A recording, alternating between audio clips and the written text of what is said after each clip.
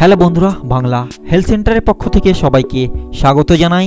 আজকে আমি আপনাদের সঙ্গে শেয়ার করব হাঁপানি রোগের ঘরোয়া চিকিৎসা সম্বন্ধে।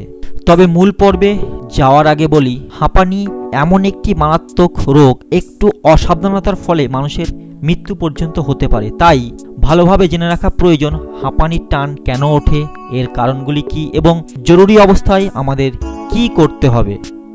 আসুন জেনে নিই হাঁপানি আসলে কি। হাঁপানি হলো কোনো ট্রিগার বা অ্যালার্জেনের কারণে সৃষ্ট শ্বাসনালী সমস্যা।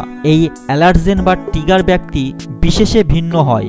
এর ফলে যে শ্বাসনালীর মাধ্যমে ফুসফুসে বাতাস যায় তা সংকুচিত হতে হতে এমন অবস্থায় চলে আসে যে শ্বাস নেওয়া খুবই কষ্টকর হয়ে যায়। এই সময় ভালোভাবে শ্বাস নেওয়ার চেষ্টা করতে করতে বুকের মাংসপেশিগুলোর সাথে সাথে ক্লান্ত হয়ে যায় আক্রান্ত ব্যক্তির শরীরও। শরীরে স্বাভাবিক মাত্রায় অক্সিজেন না প্রবেশ করায় শরীর দ্রুত খারাপ হয়ে যায়। মজার ব্যাপার হলো, এই যে শ্বাসনালীর সংকোচন, এটা কিন্তু শরীর করে নিজেকে রক্ষা করার জন্য। এটা হলো শরীরের রোগ প্রতিরোধ ক্ষমতা ওই অ্যালার্জেনের বিপক্ষে চালানোর যুদ্ধ, যেখানে মাঝখান থেকে আমরা পড়ে যাই বিপদে। আর এই সমস্যা অ্যালার্জেন ভেদে প্রকট আকার ধারণ করতে পারে খুব দ্রুত। তাই যাদের হাঁপানির সমস্যা আছে তাদের তো বটেই, তাদের আশেপাশের মানুষ, পরিবার এবং বন্ধুদেরও জেনে রাখা উচিত যে এই রকম অ্যাটাক হলে কি করতে হবে। যাদের এই সমস্যা খুব বেশি হয় তারা প্রয়োজনে তাদের ডাক্তারের নাম, হাসপাতালের ফোন নাম্বার এবং সমস্যা হলে কি ওষুধ ব্যবহার করতে হবে সব লিখে রাখতে পারেন। এতে বিপদের সময় অনেক সাহায্য পাওয়া যাবে। হাঁপানি কারণ ও লক্ষণ: যে কোনো কিছু থেকে শ্বাসকষ্ট হতে পারে। ফুসফুসের কোনো ইনফেকশন, পোষক প্রাণী, ফুলের পরাগরেণু, ছত্রাক, ধুলা, সিগারেট বা গাড়ির ধোঁয়া, যে কোনো কিছু থেকেই হতে পারে শ্বাসকষ্টের কারণ। তবে কারো শ্বাস নিতে সমস্যা হচ্ছে, এটাই হলো এর প্রধান লক্ষণ। আসুন এবার জেনে নিই এই শ্বাসকষ্টের একটি ঘরোয়া চিকিৎসা। বন্ধুরা, এই যে গাছটি দেখছেন, এই গাছটির নাম হলো দণ্ডকলস।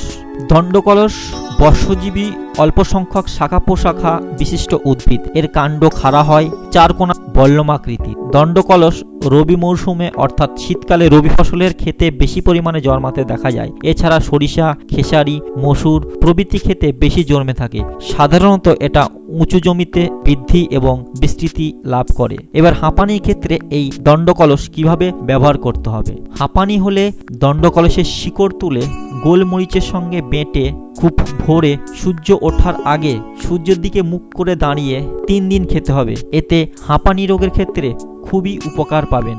এছাড়াও দণ্ডকলসের যে অন্যান্য ঔষধ গুণাগুণ আছে সেগুলি হলো, সর্দি জ্বর হলে, শরীর ব্যথা হলে দণ্ডকলসের পাতা সিদ্ধ করে কালো জিরা, কাঁচামরিচ ভেজে পাটায় বেটে ভাতের সঙ্গে মিশিয়ে খেলে সর্দি জ্বরে ভালো কাজ হয়। ছোট বাচ্চাদের সর্দি হলে পাতা বেটে মায়ের দুধের সাথে মিশিয়ে মাথার চাঁদিতে দিয়ে রাখলে সর্দি ভালো হয়ে যায়। এছাড়া ছোট বাচ্চাদের সর্দি হলে দণ্ডকলসের ফুলের মধু খাওয়ালেও ভালো উপকার পাওয়া যায়। পেট ফাঁপায় ও বদহজম হলে এই পাতা সিদ্ধ করে ভর্তা করে খেলে সেই দোষটা সেরে যায়।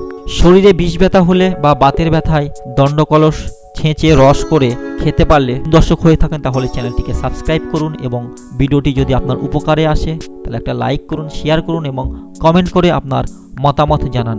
সবাই সুস্থ থাকুন, ভালো থাকুন, এই প্রত্যাশা করে আজকের মতো বিদায় নিচ্ছি। ধন্যবাদ।